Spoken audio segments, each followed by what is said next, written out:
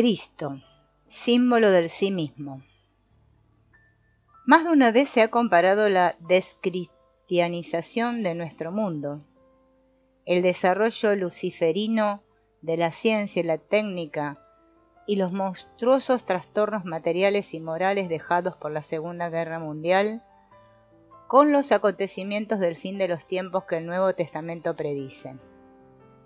Como es sabido, se trata allí de la espera del Anticristo.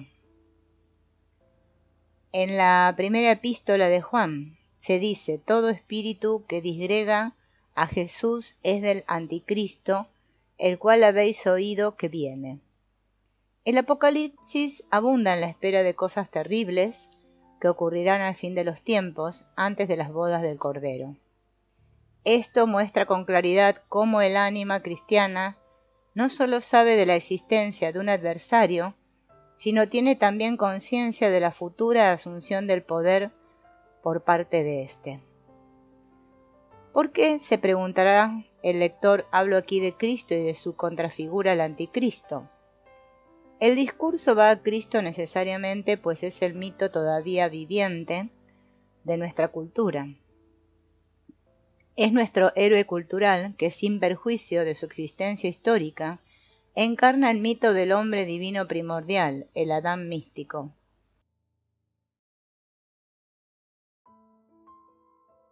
Es el que ocupa el centro del mandala cristiano, el señor del tetramorfo, o sea, de los 4 símbolos de los evangelistas, que vienen a ser las 4 columnas de su trono. Él está en nosotros y nosotros en él. Su reino es la perla preciosa, el tesoro escondido en el campo, el granito de mostaza que se convierte en gran árbol y la ciudad celeste. Así como Cristo está en nosotros, también lo está su reino celestial.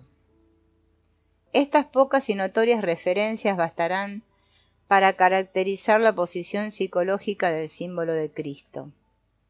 Cristo ejemplifica el arquetipo del sí mismo.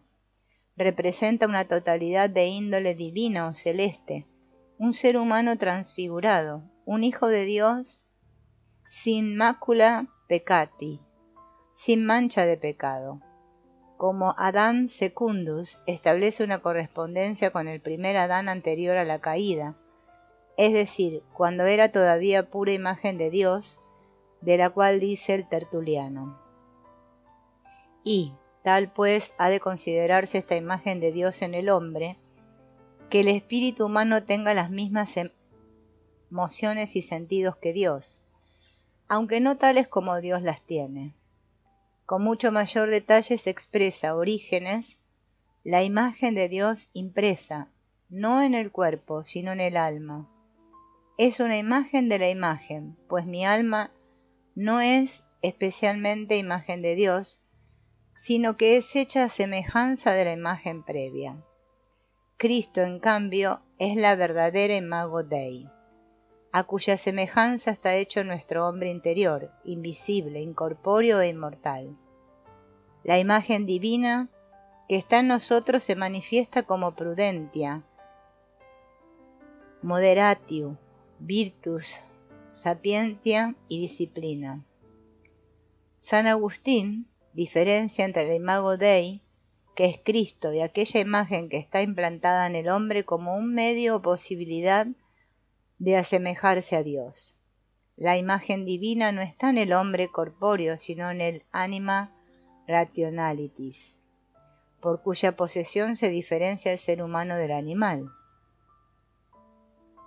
La imagen de Dios está dentro, no en el cuerpo, donde está el intelecto, donde está la mente, donde está la razón para investigar la verdad. Ahí tiene Dios su imagen. Por eso debemos recordar, dice Agustín, que somos hechos a imagen de Dios solo en el intelecto, pero en aquello en que el hombre se conoce como hecho de la imagen de Dios, allí también reconoce que tiene en sí algo más de lo que fue dado a las bestias. De ahí resulta que la imagen divina es, por así decirlo, idéntica al alma racional. Esta representa al hombre superior, espiritual, al Homo coelescitis de San Pablo, como Adán antes de la caída. Cristo también encarna la imagen de Dios, cuya totalidad San Agustín pone particularmente de relieve. El Verbo, dice, asumió al hombre todo, como en pleno, el alma y el cuerpo del hombre, y agrega expresamente esta precisión, que el hombre consiste en alma, carne y animal. El pecado original no ha destruido sino solo dañado y deformado la imagen de Dios en el hombre, que es restaurada por la gracia divina. Se alude al alcance de la integración, con el descenso del alma de Cristo a los infiernos, del cual el efecto salvador alcanza también a los muertos. Lo que corresponde psicológicamente a esto es la integración del inconsciente colectivo, la cual representa parte imprescindible de la individuación. Dice San Agustín: nuestro fin, pues, ha de ser nuestra perfección, pero nuestra perfección es Cristo, pues éste significa la perfecta imagen divina. Por eso se le dice también Rey. Su esposa es el alma humana que dentro, en un escondido misterio espiritual, está unida al Logos para que sean dos en una carne, en correspondencia con el matrimonio místico de Cristo y la Iglesia. Aparte de la perduración de este hieros gamos en el dogma y el rito de la Iglesia, el símbolo en el curso de la Edad Media fue desarrollado por la alquimia en la forma de la conjunción de los opuestos, es decir, de las bodas químicas, o sea, por una parte en la idea de la piedra filosofal como representación de la totalidad, y por otra en el concepto de la combinación química. La imagen de Dios en el hombre, deformada por el pecado original, puede ser reformada con la ayuda de Dios en correspondencia con la epístola a los romanos. Y no os configuréis a semejanza de este mundo, antes transformaos con la renovación de vuestra mente, para que sepáis aquilatar cuál sea la voluntad de Dios. Las figuras de la totalidad que el inconsciente produce en el curso de un proceso de individuación representan una tal reforma de un arquetipo dado a priori, el mandala. Como he señalado repetidamente, los símbolos espontáneos de sí mismo o de la totalidad son prácticamente indistinguibles de una imagen de Dios. Con la renovación, en realidad, pese al transformaos, no se entiende una alteración, sino la restauración de un estado originario, o sea, un apocatastasis, lo cual está en estricta concordancia con el descubrimiento empírico, en psicología, de un arquetipo de la totalidad siempre presente, pero que fácilmente puede desaparecer del campo visual de la conciencia, o incluso no ser percibido nunca, hasta que eventualmente la conciencia iluminada por la conversión vuelva a reconocerlo en la figura de Cristo. Con esta anamnesis se restituye el estado originario de unión con la imagen divina. Ella constituye una integración que suelda las partes de la personalidad escindida por la pugna entre impulsos orientados en direcciones diferentes y contradictorias. Solo no aparece cuando el ser humano está aún legítimamente inconsciente de sus impulsos instintivos como un animal, pero se muestra imposible o nociva cuando una inconsciencia artificial, o sea, una represión, ya no refleja el impulso instintivo.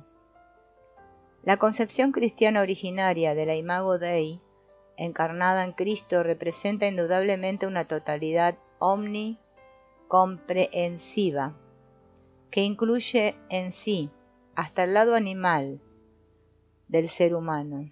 Pese a ello, el símbolo de Cristo es incompleto como totalidad en sentido moderno, porque no incluye el lado nocturno de las cosas, sino que lo excluye expresamente como contraparte luciferina. Si bien la exclusión de la fuerza del mal era plenamente reconocida por la conciencia cristiana, lo que así desechaba no era sino una sombra insustancial, pues por la teoría de la privatio boni, ya anunciada en Orígenes, se imprimía al mal el carácter de un mero bien disminuido, con lo que se le retiraba toda sustancialidad. Según la doctrina de la Iglesia, el mal es sólo la falta accidental de una perfección. Sobre la base de este presupuesto pudo surgir la tesis de que omne bonum ad Deo, omne malum ab homine.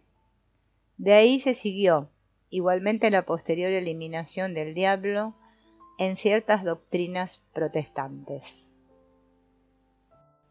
En virtud de la teoría de la privatio boni, quedaba aparentemente asegurada la imagen de Cristo como totalidad. Empero es necesario concebir el mal con cierta sustancialidad cuando se lo encuentra en el plano de la psicología empírica. Aquí es simplemente el contrario del bien. En la antigüedad, los gnósticos, cuya argumentación está ya significativamente influida por la experiencia psíquica, trataron el problema del mal con más amplitud que los padres de la Iglesia. Así enseñaban que Cristo cercenó de sí su sombra. Si damos algún peso a esta concepción, no nos será difícil reconocer en la figura del anticristo esa contraparte cercenada. El anticristo se desarrolla en la leyenda como un imitador perverso de la vida de Cristo. Es un auténtico antimimon neuma, un maligno espíritu de contrhechura, que en cierto modo sigue los pasos de Cristo como la sombra sigue al cuerpo. A este aspecto complementario de la figura unilateralmente luminosa del Salvador, que asoma ya en el marco del Nuevo Testamento, correspóndele sin duda una significación especial, y recibió ya desde temprano la atención pertinente. Si en la figura tradicional de Cristo reconocemos un paralelo con el fenómeno psíquico del sí mismo, el anticristo corresponde a la sombra de sí mismo, o sea, a la mitad oscura de la totalidad humana, sobre la cual no cabe formular un juicio demasiado optimista. Hasta donde alcanza nuestra experiencia, la luz y la sombra parecen repartirse en la naturaleza humana de modo tan equilibrado que la totalidad psíquica aparece cuando menos en una luz más bien amortiguada. El concepto psicológico de sí mismo, que por una parte deriva del conocimiento del hombre total y por otra parte se presenta espontáneamente en los productos del inconsciente, en la forma de ese cuaternario arquetípico, articulado por antinomias internas, no puede pasar por alto la sombra perteneciente a la figura luminosa, pues sin ella le faltaría el cuerpo y con él la cualidad de humano. Luz y sombra forman en el sí mismo empírico una unidad paradójica.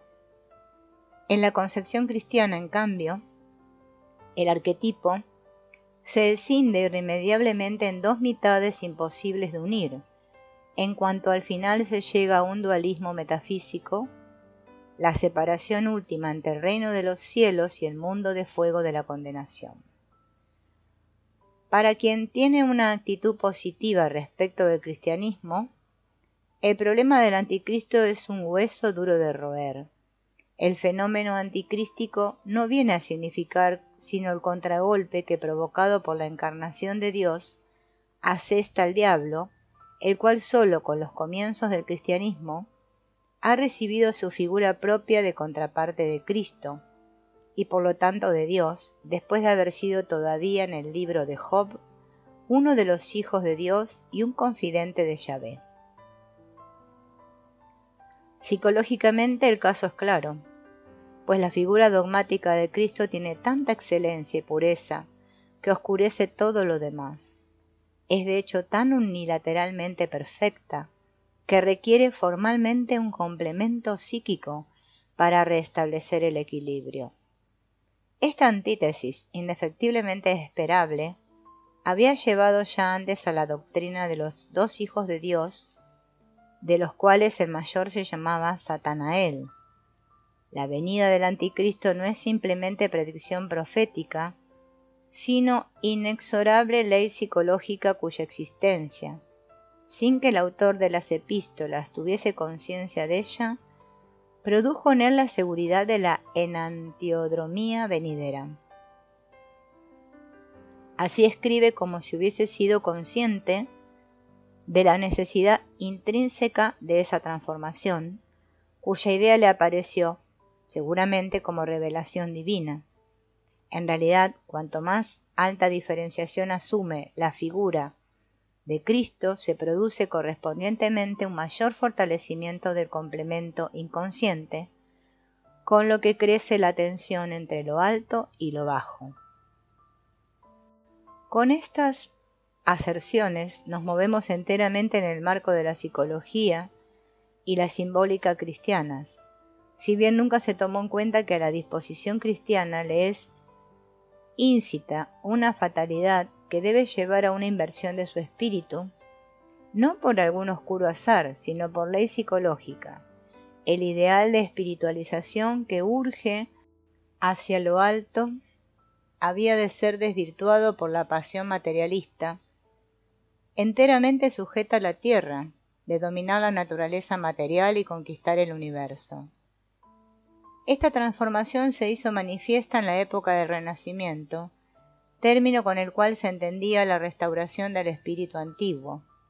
Hoy se sabe que esto era principalmente una máscara y que lo renacido no era el espíritu antiguo, sino más bien el cristiano medieval, el cual, asumiendo singulares aires paganos, sufrió una transformación, trocando el objetivo celeste por un objetivo terreno y pasando con ello de la vertical del estilo gótico a la horizontal del descubrimiento de la naturaleza y el mundo.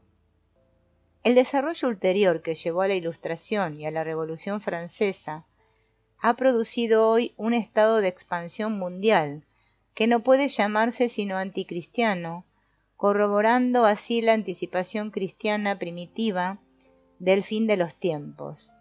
Es como si con la venida de Cristo oposiciones antelatentes hubiesen salido a la luz, o como si un péndulo hubiese oscilado poderosamente hacia un extremo y en adelante ejecutara también hacia el otro extremo el movimiento complementario.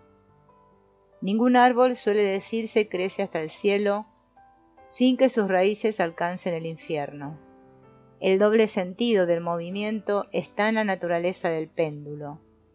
Cristo es inmácula, pero ya al comienzo de su vida pública ocurre el encuentro con Satán, su contraparte, el cual representa como el contrafuerte de un muro para esa extrema tensión que significó en el alma del mundo la aparición de Cristo, y se adhiere inseparablemente como la sombra pertenece a la luz, al sol, lustiatia, en la forma del mysterium iniquitatia, justamente según decían los ebionitas y euquitas, como un hermano al otro. Ambos se esfuerzan por el reino, el uno por el de los cielos, el otro por el principatus huius mundi. Se oye hablar de un reinado, del milenio y de una venida del anticristo, como si entre ambos regios hermanos hubiese tenido lugar un reparto de los mundos y los tiempos. El mutuo encuentro debió, por lo tanto, significar algo más que mero azar, era una mutua conexión. Así como debemos recordar a antiguos dioses para poder apreciar adecuadamente el valor psicológico del tipo anima animus, así también Cristo es para nosotros la analogía más inmediata del sí mismo y su significado. Bien entendido, se trata de un valor colectivo, no artificial o arbitrariamente asignado, sino efectivo y existente en sí, que despliega su operatividad independientemente de que el sujeto sea o no consciente de él. Aunque los atributos de Cristo, coesencialidad con el Padre, coeternidad, filiación, partenogénesis, crucifixión, cordero, sacrificado entre los opuestos, uno multiplicado, etc., permiten reconocerlo sin lugar a dudas como encarnación de sí mismo. Sin embargo, considerado desde el punto de vista psicológico, corresponde solo a una mitad del arquetipo. La otra mitad se manifiesta como el anticristo, el cual evidencia igualmente a sí mismo, solo que consiste en su aspecto oscuro. Ambos son símbolos crísticos, cuyo significado es el mismo que el de la imagen del Salvador crucificado entre los dos ladrones. Este símbolo grandioso quiere dar a entender que el progresivo desarrollo y diferenciación de la conciencia lleva a un reconocimiento de más en más amenazador del conflicto de los opuestos y significa nada menos que una crucifixión del yo. Al estar suspendido entre dos opuestos inconciliables, entonces no puede tratarse de una total extinción del yo, pues si no quedaría aniquilado el foco de la conciencia, lo que tendría por consecuencia una inconsciencia total. La relativa suspensión del yo concierne sólo las supremas y últimas decisiones en insolubles conflictos de deberes, o dicho con otras palabras, en tales casos el yo es un espectador sufriente, que no decide si no debe someterse a una decisión bien o mal de su grado. Al genio del ser humano, lo más alto y abarcador de él, cuyo alcance nadie conoce, toca la decisión final. Por eso, se hará bien en examinar cuidadosamente los aspectos psicológicos del proceso de individuación a la luz de la tradición cristiana, pues ella ofrece de ese proceso una descripción que por lo exacto y penetrante sobrepasa largamente nuestro débil intento individual, aun cuando la imagen de sí mismo, Cristo, carezca de la correspondiente sombra. La causa de esto es, como ya hemos señalado, la doctrina del sumum bonum. Irineo dice, con razón, contra los gnósticos, que la luz del Padre, tal como éstos la conciben, resulta objetable, porque no podría iluminar y perfeccionar ni siquiera lo que estaba en él, o sea, la sombra y el vacío. Le parece escandaloso y censurable que pueda suponerse en el seno del problema de la luz un vacío amorfo y tenebroso. Para el cristiano, ni Dios ni Cristo podían ser una paradoja. Uno y otro debían ser unívocos, y esto sigue válido hoy. Se ignoraba y aparentemente sigue ignorándose que la hibris del intelecto especulativo sedujo ya a los antiguos a que presumieran de dar de Dios una definición filosófica que en cierto modo lo obligaba a ser el sumum bonum. Un teólogo protestante hasta se ha atrevido a afirmar: Dios no puede ser sino bueno, pero Yahvé hubiese podido enseñarle algo mejor a este respecto si él mismo no estaba en condiciones de percibir su desmán intelectual frente a la omnipotencia y la libertad divinas. La usurpación del sumum bonum tiene naturalmente sus fundamentos, que se remontan muy atrás y que no puedo considerar aquí, pero en todo caso ella es el fundamento y la causa de ese concepto de privatio boni que anula la realidad del mal y que hemos encontrado ya plenamente desarrollado en San Basilio el Grande y luego en Dionisio Areopagita y en San Agustín. Antes que nadie aparece Tasiano como representante del principio, más tarde formulado como omne bonum adeo, omne malum ad homine, al manifestar: Dios no ha hecho nada de malo, somos nosotros los que hemos producido toda iniquidad. Esta concepción está representada también por Teófilo de Antioquía, en su Ad Autolicum. Dice Basilio: no has de tener a Dios por el causante de la existencia del mal, ni has de engañarte creyendo que existe una sustancia propia del mal, pues ni existe la maldad como algo viviente, ni consideramos que para ella haya una esencia sustancial. El mal es una negación del bien. Así el mal no descansa en una existencia propia, sino resulta consiguientemente a la mutilación del alma. Pues ni es increado, según la opinión de los incrédulos, que ponen el mal a la par del bien, ni en verdad creado. Pues si todo viene de Dios, ¿cómo puede venir el mal del bien? Otro pasaje esclarece la lógica de esta afirmación. En la segunda homilía, Ad Hexaemeron, dice Basilio: no es para nada piadoso decir que el mal tiene su origen en Dios, pues un miembro de una antítesis no procede del otro. En efecto, ni la vida crea la muerte, ni es la tiniebla origen de la luz, ni la enfermedad hacedora de la salud. Ahora bien, si el mal no es increado ni creado por Dios, ¿de dónde tiene pues su naturaleza? Que exista el mal, nadie que tenga parte en la vida de disputarlo.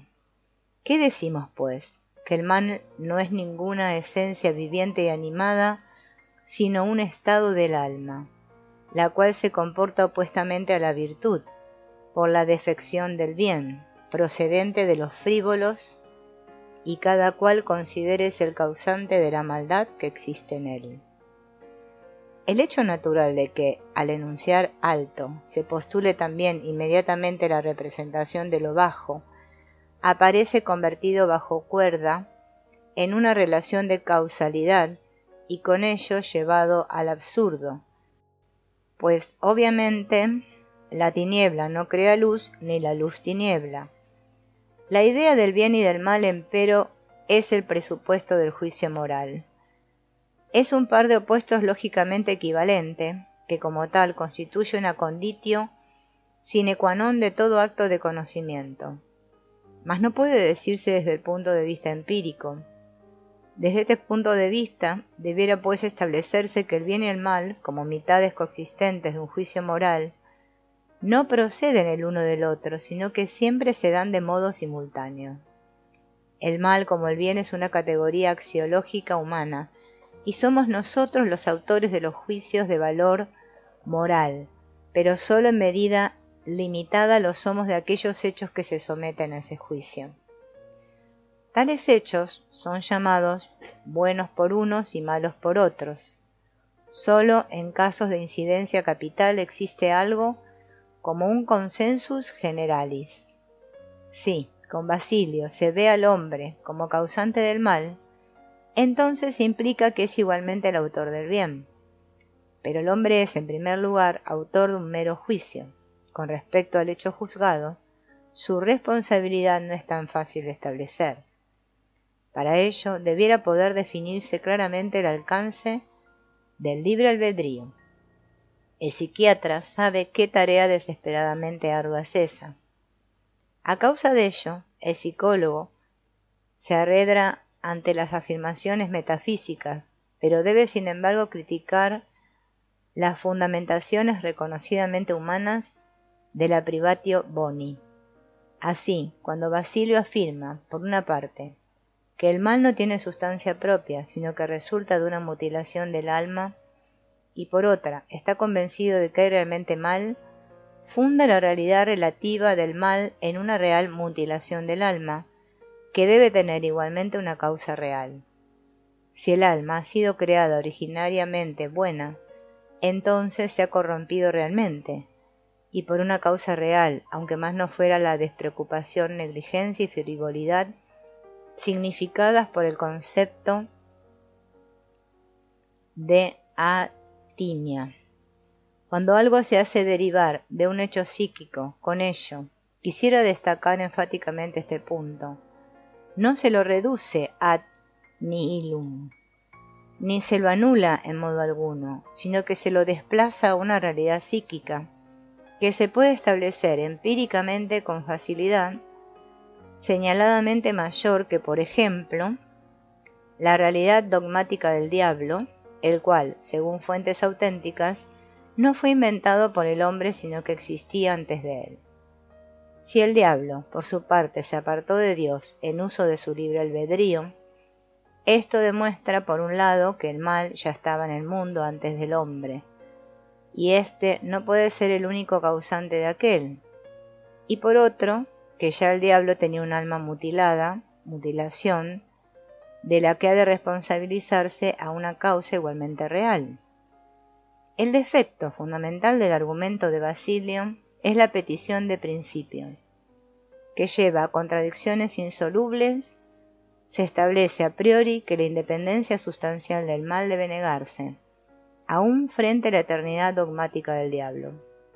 El motivo externo de ello era, históricamente, la amenaza del dualismo maniqueo. Esto aparece claro, sobre todo, en el texto de Tito de Bostra, donde se explica, en oposición a dicho dualismo, que en lo que se refiere a la sustancia, el mal no existe. San Juan Crisóstomo, emplea, en vez de steresis privatio, la expresión desviación o apartamiento del bien, y dice: el mal no es sino un apartamiento del bien, por lo tanto, con respecto al bien es secundario el mal. Dionisio Areopagita da sobre el mal una explicación detallada. Dice: no puede proceder del bien, pues si viniera del bien no sería malo. Pero como todo lo que es procede del bien, entonces todo de alguna manera es bueno. Pero el mal no existe en absoluto. El mal por su naturaleza no es una cosa ni produce algo tal. El mal no existe en absoluto y no es ni algo bueno ni algo bienhechor. Todas las cosas en cuanto existen son buenas y proceden del bien, pero en cuanto están privadas del bien ni son buenas ni existen. Lo que no existe no es enteramente malo. Aquello que absolutamente no es, no será nada si no se lo concibe según un modo trascendental, como subsistente en el bien. El bien, pues, en cuanto absolutamente existe, como en cuanto no es, estará incomparablemente más adelante y en más alto lugar, mientras que el mal no es ni en lo que existe ni en lo que no existe. Estas citas muestran con qué énfasis se niega ya tempranamente la realidad del mal, lo cual se halla, como ya se ha mencionado, en la más estrecha conexión con la toma de posición de la Iglesia contra el dualismo maniqueo, como después se hizo patente en San Agustín. En su libro Contra los maniqueos y marcionitas ofrece la siguiente explicación. Dice: estas citas, tanto la de Dionisio y las de Agustín, parecen hacer patente que el mal carece de toda sustancia, pues dice así: todas las cosas son buenas, por esta razón unas son mejores que otras y la bondad de las inferiores acrecienta las alabanzas de las mejores. Aquellas cosas que se dicen malas, o bien son vicios de cosas buenas, los cuales de ningún modo pueden existir de por sí en ninguna parte fuera de las cosas buenas. Pero también esos vicios mismos dan testimonio de la bondad de las naturalezas, pues lo que es malo por vicio precisamente es bueno por naturaleza. En efecto, el vicio es contra la naturaleza, pues la daña, y no la dañaría si no disminuyera el bien de ella. Por lo tanto, el mal no es sino privación del bien, y por eso nunca está sino en alguna cosa buena, y por eso puede haber cosas buenas sin mal, como el propio Dios y algunas entidades celestes superiores, pero no cosas malas, sin bien, pues si dañan, disminuyen el bien. Si dañan más, tienen aún algo bueno que disminuir, y si consumen el todo, nada quedará de la naturaleza que puedan dañar, y por lo tanto tampoco habrá mal por el cual se produzca daño, faltando la naturaleza cuyo bien el daño disminuya. El mal es un vicio, o sea, un mal uso de las cosas a consecuencia de una decisión incorrecta de la voluntad, ofuscamiento por el mal deseo, etc. Santo Tomás de Aquino, el gran doctor de la Iglesia, dice, refiriéndose a la precedente cita de Dionisio Areopagita. De los opuestos, uno se conoce por el otro, como la oscuridad por la luz. Por lo tanto, también, ¿qué es el mal? Ha de asumirse de la naturaleza del bien. Hemos dicho antes que lo bueno es todo aquello que es apetecible, y así, como cada naturaleza apetece su ser y perfección, necesariamente ha de decirse que el ser y la perfección de cada naturaleza es del orden del bien. Por lo tanto, es imposible que el mal signifique algún ser o alguna forma o naturaleza. Resta, pues, que el nombre de mal significa alguna ausencia de bien. No es un ente el mal, sino que el bien es un ente. Además, todo agente actúa en razón del bien. Aquello de lo cual tiende determinadamente el agente debe ser tal que convenga a él. Pero lo que es conveniente para algo le es un bien. Luego, todo agente actúa en razón del bien. El mismo Santo Tomás refiere a la proposición aristotélica: más blanco es aquello que está menos mezclado con negro, sin mencionar empero que la proposición: más negro es aquello que está menos mezclado con blanco. No solo puede reclamar la misma validez, sino además es lógicamente equivalente a la primera. De modo que debería mencionarse también que no solo la oscuridad se conoce por la luz, sino igualmente a la inversa, la luz por la oscuridad. En cuanto solo habiendo acto de realidad, para Santo Tomás solo el bien es real, es decir, ente. Pero su argumento desliza un bonum que significa tanto como suficiente, conveniente, adecuado. Por lo tanto, su omne agens agit propter bonum debería traducirse por todo agente actúa por aquello que conviene a él. Notoriamente, también el diablo lo hace. También él tiene un appetibus, y ciertamente tiende a perfección, no en el bien, sino en el mal, de donde empero no podría conducirse que a causa de esa tendencia tenga la naturaleza del bien. Claro que el mal puede representarse como una disminución del bien, pero con esa lógica podría también decirse que la temperatura del invierno ártico, que nos congela la nariz y las orejas, está relativamente poco por debajo del calor ecuatorial. En efecto, la temperatura ártica llega a mucho menos de los 23 grados sobre el cero absoluto. Todas las cosas de la Tierra poseen calor, es decir, en ninguna parte se alcanza el cero absoluto, ni aún aproximadamente. Así como todas las cosas son más o menos buenas, y así como el frío no es sino una disminución del calor, así el mal no es sino una disminución del bien. La argumentación de la privatio boni queda como una petición de principio eufemística. Ya sea que se tome al mal como un bien disminuido o que se tome como un efecto de la finitud y limitación de las cosas creadas. La falacia resulta necesariamente de la premisa Dios, summum bonum, porque resulta impensable que el bien perfecto haya podido crear el mal. Él ha creado solo lo bueno y lo menos bueno, que el ego llamaría simplemente peor. Como nosotros, pese a un calor de 23 grados sobre el cero absoluto, nos congelamos miserablemente, así también hay hombres y cosas que, ciertamente creados por Dios, son mínimamente buenos y por ende máximamente malos.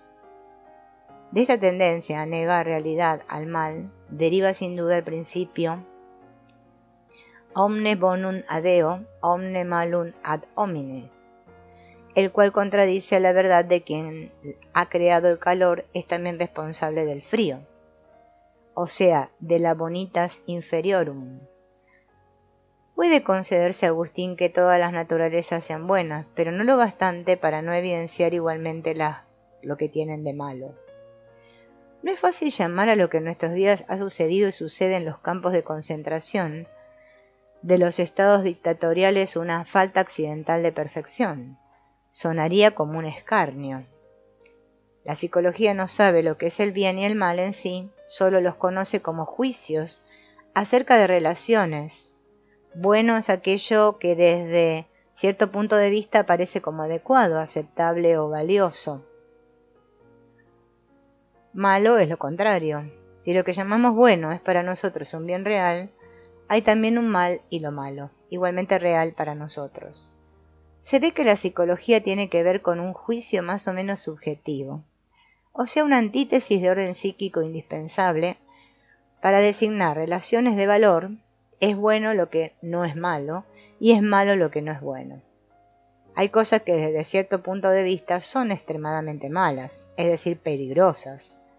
Cosas tales hay también en la naturaleza humana, que son muy peligrosas y por lo tanto aparecen como correspondientemente malas al que se encuentra en su línea de tiro. Carece de sentido tratar de dorar este mal, en la medida en que de ese modo no se haría sino arrollarse en una falsa seguridad. La naturaleza humana es infinitamente capaz de maldad, y las malas acciones son tan reales como las buenas.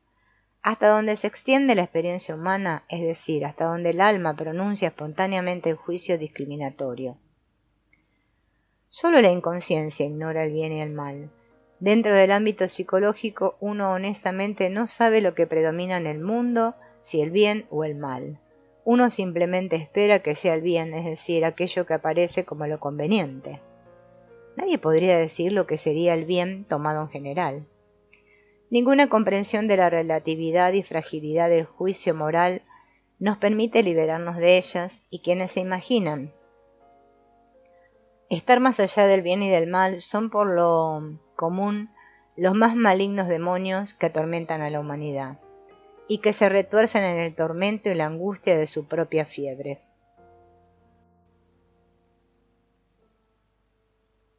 Hoy, como en cualquier época, es importante que el hombre no pase por alto el peligro del mal que acecha en él.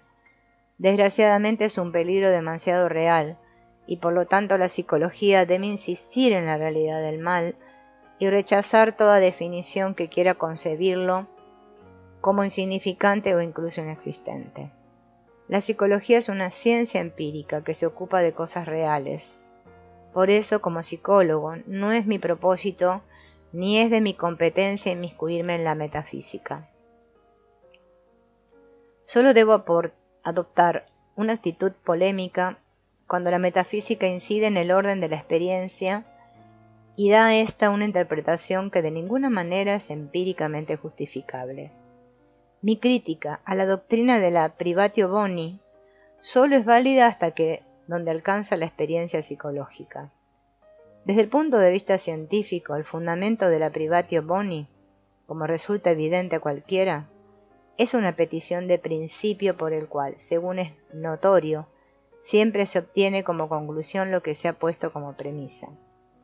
Argumentaciones así no tienen fuerza de convicción, pero que no solo se utilizan, sino que indudablemente se les presta fe, representa para mí un hecho que no puede hacerse a un lado a la ligera, pues demuestra que existe una tendencia a priori a dar la primacía al bien por todos los medios disponibles, adecuados o inadecuados. Así, cuando la metafísica cristiana se aferra a la doctrina de la privatio boni, expresa con ello la tendencia a magnificar en cada caso al bien y disminuir al mal, y por eso la privatio boni tiene que ser metafísicamente verdadera. Pero a este respecto no me permito abrir juicio. Solo debo insistir en que dentro de nuestro ámbito de experiencia, blanco y negro, luz y sombra, bien y mal, son pares de opuestos equivalentes de los cuales un miembro presupone siempre al otro. Este simple hecho fue ya correctamente apreciado en las llamadas homilías clementinas, colección de textos cristianos gnósticos compuestos alrededor del 150 después de Cristo. El desconocido autor entiende el bien y el mal como la mano derecha y la izquierda de Dios y hace consistir la creación en conjuntos de sisigias, o sea, pares de opuestos. Análogamente, Marino, el discípulo de Bardesanes, concebía el bien como lo luminoso y lo diestro, Deción, y el mal como lo oscuro y lo siniestro, ariesterón. El lado izquierdo corresponde además a lo femenino. Así también en Irineo, la Sofía Prounikos es dicha la sinistra. Clemente encuentra esta concepción enteramente compatible con la idea de la unidad divina. Si se presupone una imagen antropomórfica de Dios, y toda imagen de Dios es más o menos sutilmente antropomórfica, difícilmente puede disputarse lo lógico y hasta lo natural de la concepción clementina. En todo caso, tal concepción, quizá 1 o 2 siglos más antigua que el pasaje recién citado, demuestra que la realidad del mal no lleva en modo alguno a un dualismo maniqueo ni amenaza, por lo tanto, la unidad de la imagen de Dios. Inclusive, la preserva más allá de la crítica diferencia entre el punto de vista yavista y el cristiano. Yahvé, reconocidamente, no es justo y la injusticia no es un bien. En cambio, el Dios cristiano es solamente bueno. Es innegable que la teología clementina ha podido tender un puente por sobre este contraste de un modo adecuado a los hechos psicológicos. Vale la pena, pues, considerar más de cerca el hilo de ideas de Clemente. Dios ha establecido 2 reinos y erigido 2 mundos, pues decidió entregar al mal el cosmos presente, que es pequeño y pasa pronto, pero prometió reservar para el bien el mundo futuro, que es grande y eterno.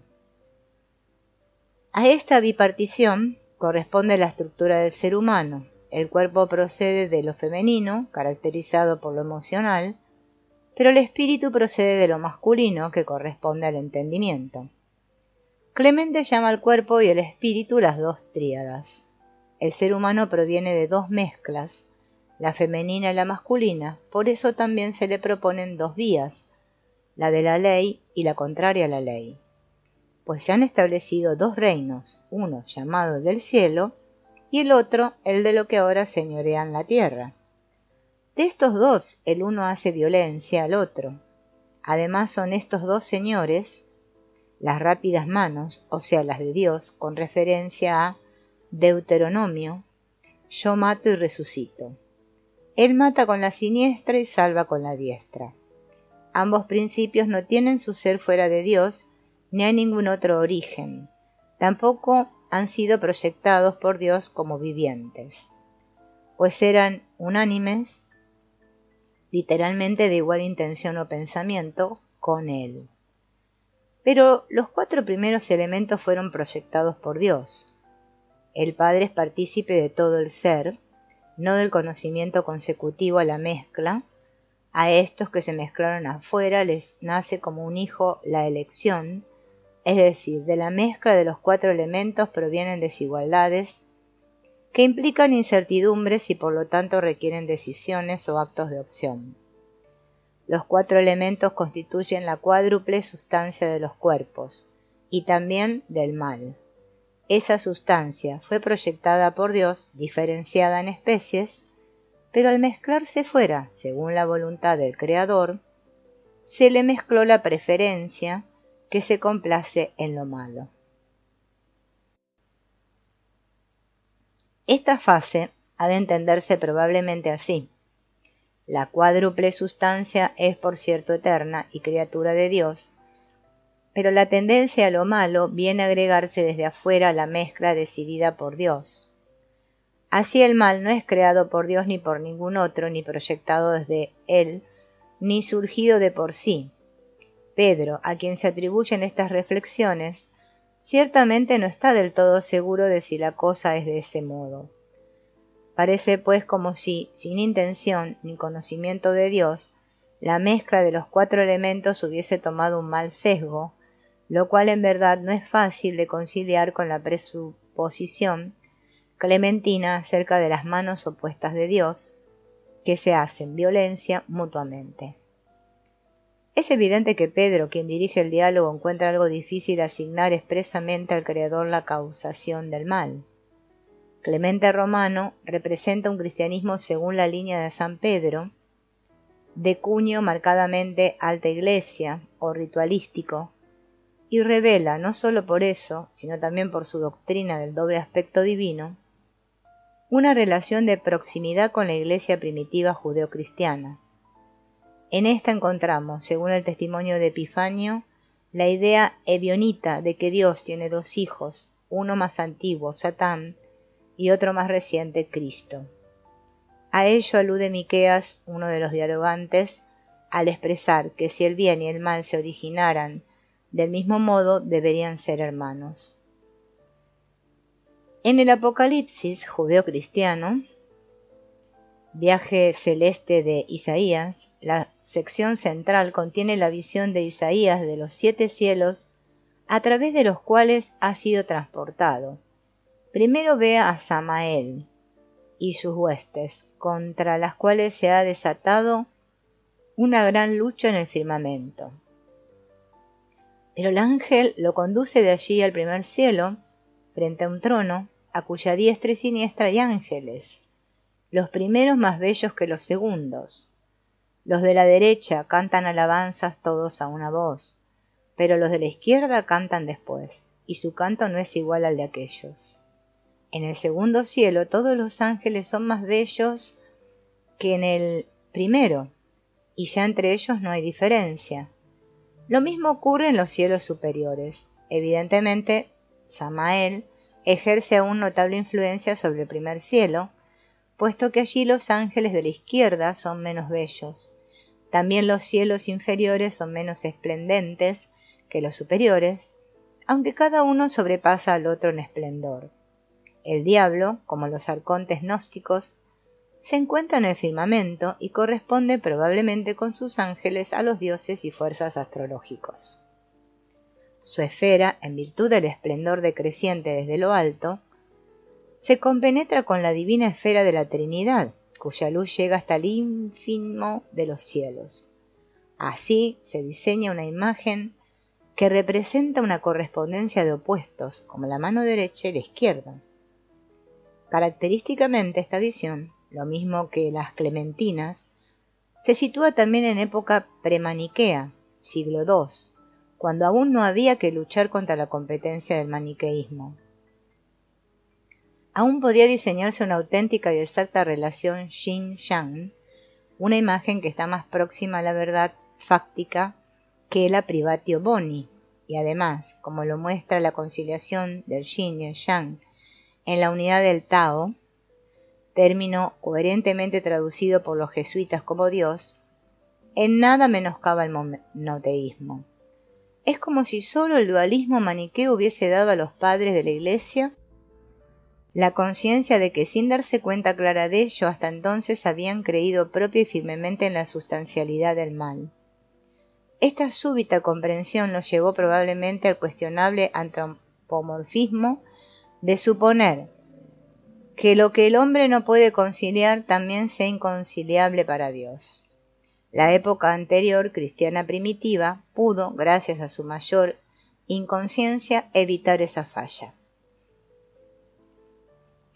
Quizá pueda conjeturarse que en los círculos gnósticos del judaísmo sincretista prosiguió la discusión del problema de la imagen divina de Yahvé, planteado desde el libro de Job, tanto más cuanto que la solución cristiana, o sea, la decisión unívoca acerca de la bondad de Dios. Esta no satisfacía a los judíos conservadores. A este respecto es característico que la doctrina de los dos hijos antitéticos de Dios se haya originado precisamente entre los judeos cristianos de Palestina. Dentro del cristianismo esa doctrina alcanzó hasta los bogomilos y los cátaros. Dentro del judaísmo se mantuvo en la especulación religiosa y encontró expresión permanente en las dos columnas laterales del árbol sefirótico de la Cábala: Yesed, amor, y Din, justicia. Un erudito rabino, Werblowski, ha tenido la gran amabilidad de reunir para mí una serie de citas de la literatura hebrea referentes a ese problema. Rabí Joseph enseña: lo que está escrito, nadie salga de la puerta de su casa hasta la mañana, nos dice que cuando el destructor tiene vía libre, ya no distingue entre lo bueno y lo malo, más aún hasta empieza por el justo. Sobre Éxodo 33 dice: un solo momento que subiese yo en medio de ti, te habría de exterminar. Dice el Midrash, habla Yahvé: podría encolerizarme con vosotros un segundo, pues tal es la duración de mi cólera, como está dicho. Isaías 26. Escóndete un momento, hasta que pase la furia, y aniquilaos. Yahvé advierte sobre su irrefrenada irascibilidad. Si en ese momento la cólera divina pronuncia una maldición, ésta tiene irrestrictamente efecto. Por eso Balaam, que conoce la ciencia del Altísimo, y a quien ha apelado Balac, que maldiga a Israel, es un enemigo tan peligroso, conoce el momento de la cólera de Yahvé. El amor y la misericordia de Dios son denominados su diestra, su justicia, y sus actos justicieros su siniestra. Así sobre Reyes 22, he visto a todo el ejército del cielo en pie junto a él a su derecha e izquierda. Se dice: ¿hay pues allá arriba derecha e izquierda? Eso significa que los intercesores están a la derecha y los acusadores a la izquierda. Sobre Éxodo 15, es tu diestra, Yahvé, admirable en potencia. Yahvé, tu diestra aplasta al enemigo. Cuando los hijos de Israel cumplen la voluntad de Dios, hacen que también su siniestra sea su diestra. Cuando no cumplen la voluntad de Dios, hacen que aún su diestra sea siniestra. La siniestra de Dios rechaza, su diestra atrae así. La siguiente reflexión muestra que aspecto peligroso tiene la justicia divina. Así habló el santo: alabado es, si creó el mundo con solo misericordia, menudearán los pecados. Si con solo justicia, ¿cómo ha de subsistir? Por lo tanto, lo creó con justicia y misericordia. Pueda subsistir así. El Midrash sobre Génesis 18, súplica de Abraham por Sodoma, dice: habla Abraham: si quieres tener un mundo, no puede haber estricta justicia. Si quieres tener justicia, no hay mundo. Quieres tener ambas cosas a la vez. Si no cedes en algo, el mundo no puede subsistir. Dios protege a los pecadores arrepentidos, a los que da preferencia sobre los justos, cubriéndolos con su manto o escondiéndolos bajo su trono. Con referencia a Habacuc 2, si la visión tardía, espérala. Dice Rabí Jonatán: y si tú crees que solo nosotros esperamos, y él no espera, escrito está: Yahvé espera confiado en obrar graciosamente con vosotros. Pero si nosotros esperamos y él espera, entonces, ¿qué impide la liberación? La justicia divina la impide. En el mismo sentido debe entenderse la plegaria de Rabí Yohanan: sea tu voluntad ver nuestra vergüenza y contemplar nuestra miseria. Revístete de tu misericordia, cúbrete de tu poder, envuélvete en tu amor y cíñete de tu gracia, y sean presentes ante ti tu bondad y benevolencia. Se exhorta formalmente a Dios a asumir sus buenas cualidades. Hay una tradición según la cual Dios se ruega a sí mismo: sea mi voluntad que mi misericordia prevalezca y mi compasión recubra mis demás atributos. Esta tradición se encuentra confirmada por el relato siguiente.